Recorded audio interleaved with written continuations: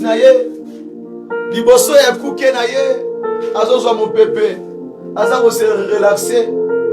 Bien aimé, mokolo wana Abraham abondelaka te to akota jeûne et prière. Tantôt mokolo wana il était fatigué. Tantôt abandaki kokanisa abi où je peux commencer pona suka wapi. Nayebi te bien aimé.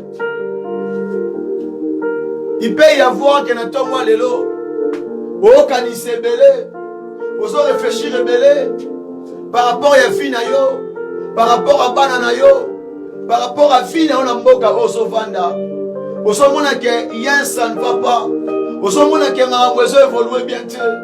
Ozo mona ke oui âge ezo kende mbula eza ko avancer mais ozo mona clair te na kati ya vie na yo. Peut-être ezalaki mpe ka ya Abraham mokolo wana. Peut-être aussi eza mpe ka na wana ntongo ya lelo to mpe na moment oyo ozoyoka message oyo okomi kobanza okomi kotala obi te nayebi te nayebi te eske nga vraimen nzambe ayebaka nga lisusu to nzambe akontaka nga lisusu.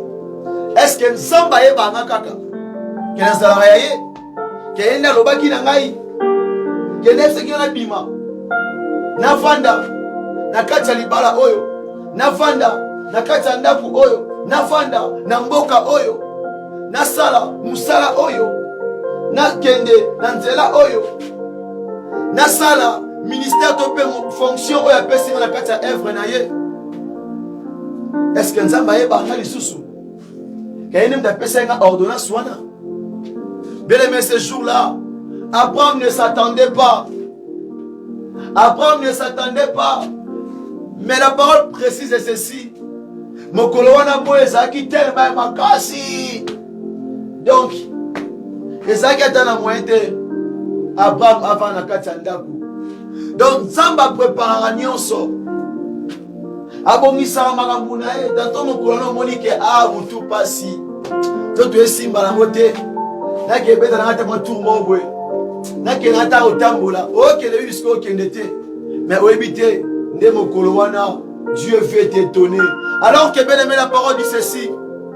Quand Abraham a tombé l'imisunae, quand Abraham leva ses yeux, bien aimé, il regarda et il voit de loin Amoni Batumi Satou Basoya Basokia juste kaka liboso ndaku na ye. Abraham habité quand on a moni batoyo, je sais pas. Non mon amour basa ya nature monte na biso. Donc faut la saisir opportunité oyo. Il ne faut pas natika bato balekana. Bien aimé, Abraham se prosterna, Abraham se jeta. Cela veut dire quoi signe wana? C'est-à-dire que parfois tant on réfléchir, parfois tant on kanisi, tant on tali vie na yo, tant on tali maisha na yo, tant on tali life na yo, tant on tali bomo na yo. Ozo basuni na bolobate, otali âge, otali bisiko zo demeurer, otali vie ozo mener, otali ba condition, otali façon zo lala. Na lo lengo zo la muka. Bien aimé, parfois moutou sali pasi moutou doki. Bien aimé, mais on est là qui calcule qui bon moto. Bien aimé, tant aussi ma kambouana nyonso. O memi yangwe pa moto oyo. Babenga kaele te pour voler. Babenga kaele nzamba makoki. Babenga kaele celui qui a été. Babenga kaele celui qui est. Babenga kaele celui qui vient. Bien aimé, moto wana tango keye panaye. Omibwa kina se. Lokola Abraham akitaki mabongo na se. Afukami, asiplié. Alors ba ete nzamba kota na motema na ye. Nzamba kota na vie na ye. Nzamba kota na problème na ye. Nzamba kota makambo libota na ye. Nzamba kota ba dossier bana na ye. Nzamba kota likambo santé na ye. Zamba kota likamba document na ye. Zamba kota likamba voyage na ye. Zamba kota likamba ministère na ye. Zamba kota likamba ozo legala kati ya ndako. Ozo pesa trouble tango nyonso. Bien aimé, mokolo wana Zamba azoloba ete ayebi ete bato batiaka elike epai na ye. Nzambe alobi ete loboko neza mokuse te mpo na kobikisa, ni matoi nyeza mosika te mpo na koyoka. Bien aimé, tika ete Nzambe a résoudre, tika ete Nzambe akotaka na yo, tika ete Nzambe apambusa ya misolo ezotanga ntango nyonso. Nzambe wana résoudre, Nzambe wana surprendre yo, Nzambe wana étonner yo, Nzambe wana étonner yo, Nzambe wana étonner yo, Nzambe wana kamwisa yo. In Jesus name. Bien aimé, yango ezalaki signe Abraham asalaki efe ya okita mabolo monase, asalaki prière mobimba. Et bien aimé, les trois hommes qui paraient passer devant et qui paraient continuer leur chemin, et subitement acceptaki kokota kodemere na kati ya ndako ya Abraham akembangu. Alobi mama Sarah, alobi mama Adèle, alobi la sœur Bénédicte, alobi alobi mama mami salamo eloko moko ya kolia ya noki opesa ngo bato yo. Salamo vraiment ndenge osala donc na guwa de bele la wana vraiment. Yes. Bien aimé, salama libe noki tango bato wana balie batondi na kwa biloko wana taka mama Sarah lamba na tembea mkolo wana na kati ya bato wana bisatu moko na kati na bango a soulevé point. Alobi kaka na moma oyo toye na ndaku no ya mbibiso na mokolo oyo yeba peka na kati ya même année, na kati ya même mbula yeba ete na koyaka lisusu po ete na kotikela yo, po ete na kopesa yo le fils ke obande kozela. Alobi po ete na kotikela yo voyage obande kozela, po ete na kotikela yo document obande kozela, po ete na kotikela yo la guérison obande kozela, po ete na kotikela yo la réussite obande kozela, po ete na kotikela yo la délivrance obande kozela, po ete na kotikela yo la paix ke obande kozela. Bien aimé, alors na kati ya langage wana ezoloba ete le fils de l'homme ayaki te pona rejuger mokili, mais ayaki pona ko accueillir biso, pona ko futa nyongo mabe na biso, mais na retour akoya ete po ete azwa ba oya ye, po ete apesa bomoi, po ete a restaurer, po ete asilisa pasi oyo tokomona na si ya mokili oyo, po ete azwa ba oya ye. Bien aimé, alors que Sarah tanga yoki bomba te balobela Sarah mususu otoka ngai balobela yo. Bien aimé, za yonde Nzamba solobela, eza yonde Nzamba solobela. Nzamba bosani mutu te, asali pe erreur te, asali pe mistake te, abosani pe numéro de téléphone te, zaka yonde na olobela o Nzamba tinna lobela. Kaka na position za nango wana, kaka na même manière ozomona makambo ekendele, kaka na façon ozomona ba mira ne telemi, ba ngomba ne telemi, mikakatano abina ebisa yo na même moi otozali, pe na même moi oya koya po aya ko étonner yo, po aya ko surprendre yo, po aya ko kota dossier à vie na yo, qu'il soit ainsi na kombo na Yesu.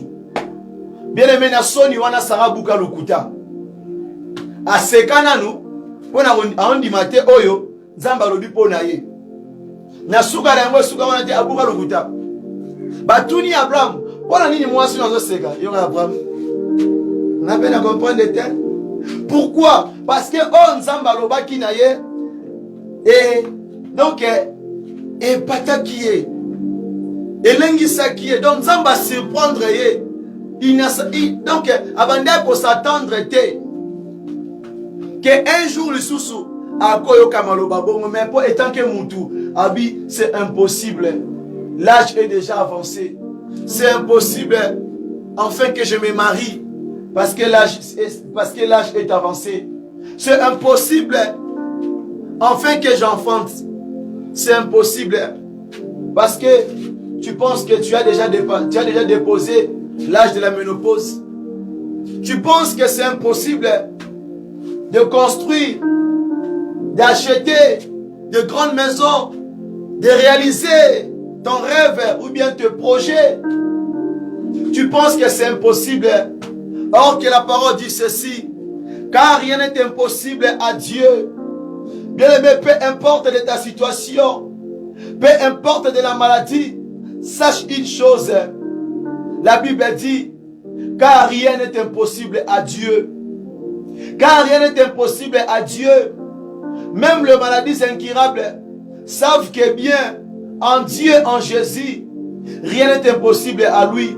Même la pauvreté, même la mort, même le combat, même le piège, même le complot diabolique, même la stérilité, quel que soit le taux de la chômage que tu es en train de vivre, quel que soit l'emprisonnement, quelle que soit les condamnations, quelle que soit la durée de ta souffrance, tous ces forces-là,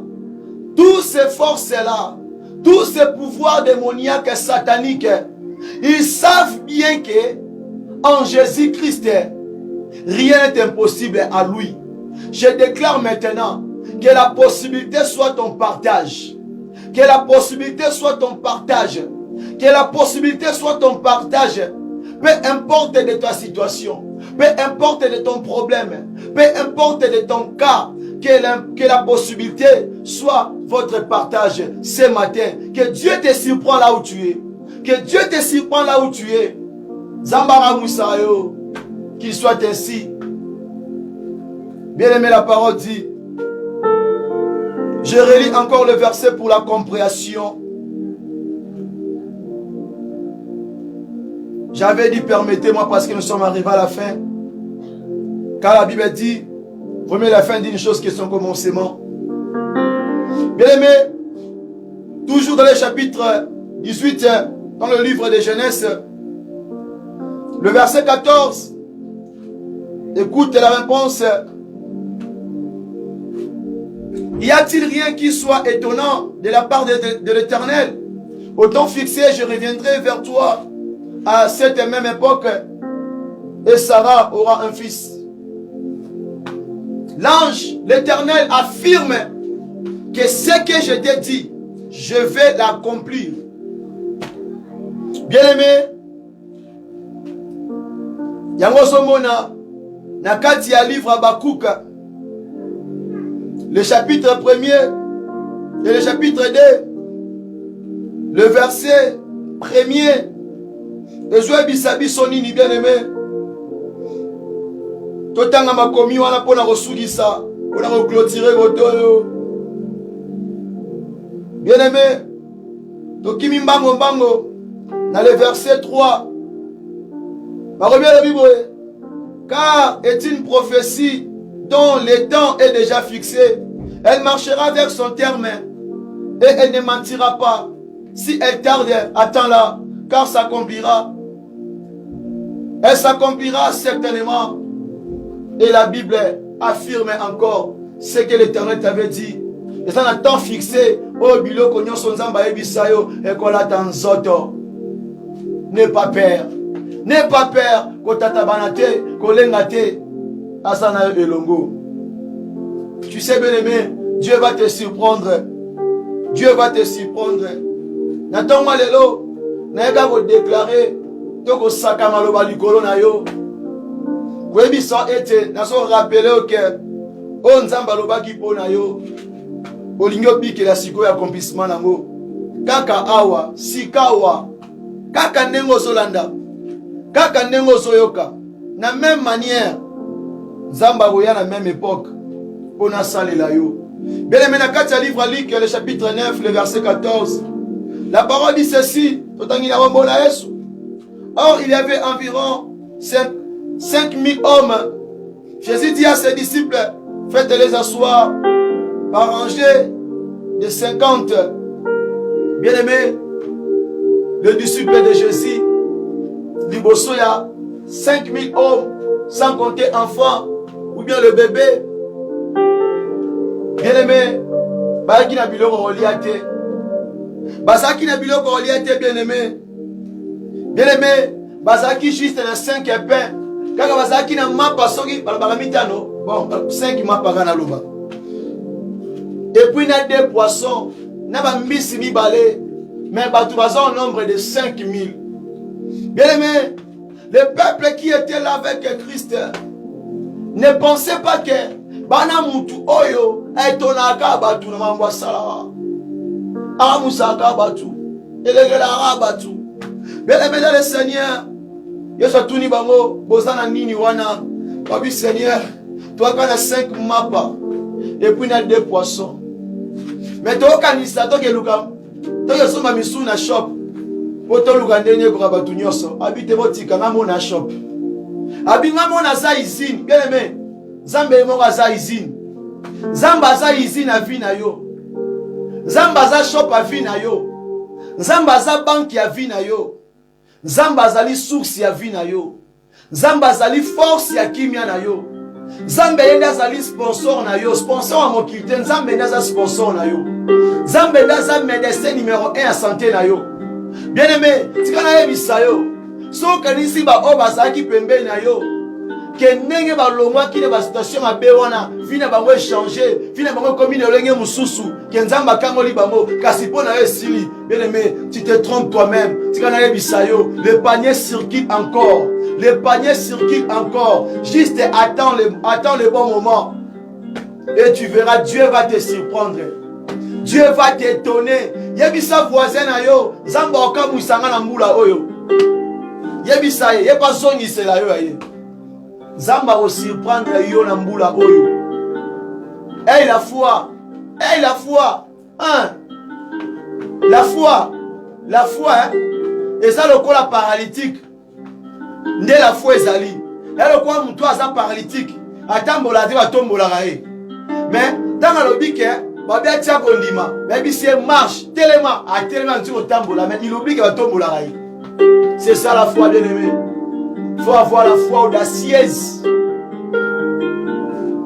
Parce qu'il est là. Bien aimé mon kolo wana yeso tombola ma palikolo. Bien aimé mboula ma pebeta. Na mboula ba poisson. Tika tenzamba no kisa. Mboula ya bénédiction. Mboula ya restauration. Mboula ya réussite. Na saison, na temps convenable pour la vie na yo. Qu'il soit ainsi au nom de Jésus. Nabi ke lona eka pona o déclarer pour la vie na yo. Lona eka déclarer pour la vie na yo. Na ordonnance a pesi na tongo na moment au pour la vie na yo. Bien aimé, yango somona ete na kati ya livre Nombre le chapitre 23 tango Balak le roi Balak atali atali moi peuple ango o babimi na kati ya Égypte atali ete ba effacer armée moko puissant en Afrique na Europe basaki na makoki te ya kolonga armée wana mais batali peuple ango sans défense sans ba arme mais bazalaki na ebale ya monene oye melaki banguna na bango. Bien aimé, le roi Balak azalaki étonné comment on a été niveau il y a puissance capacité il y a nzambe o salelaka tala ba diversaire na yo tes ennemis c'est là qui te combat c'est là qui ne veulent pas supporter ta grâce c'est là qui cherchent que tu tombes c'est là qui cherchent de voir ton échec. Ils savent le Dieu que tu sers, sa capacité, ba yebi puissance na ye, ba yebi nguya na ye. Ba olenga. Bien aimé, tikanzamba étonné yo. Tikanzamba étonné yo. qu'il soit ainsi. Yango nde losambo na nga tongo lelo po na yo. Na lobi na nzamba ko étonné nanko. Nanko.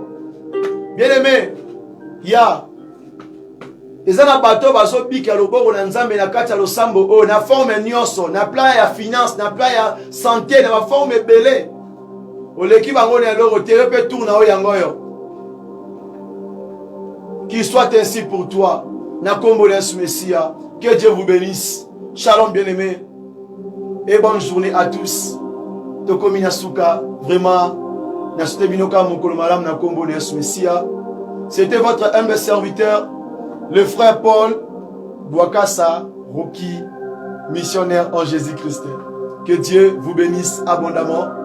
Partagez et kabola ba message oyo. Ba audio oyo pa ba ndeko pa ba ninga ozakana bango ba correspondant na yo kabola. Et si Dieu te met au point de soutenir cette œuvre, il faut le faire. Tanzamba va surprendre yo. Tala mpandi na yo. Yangwana surprendre yo.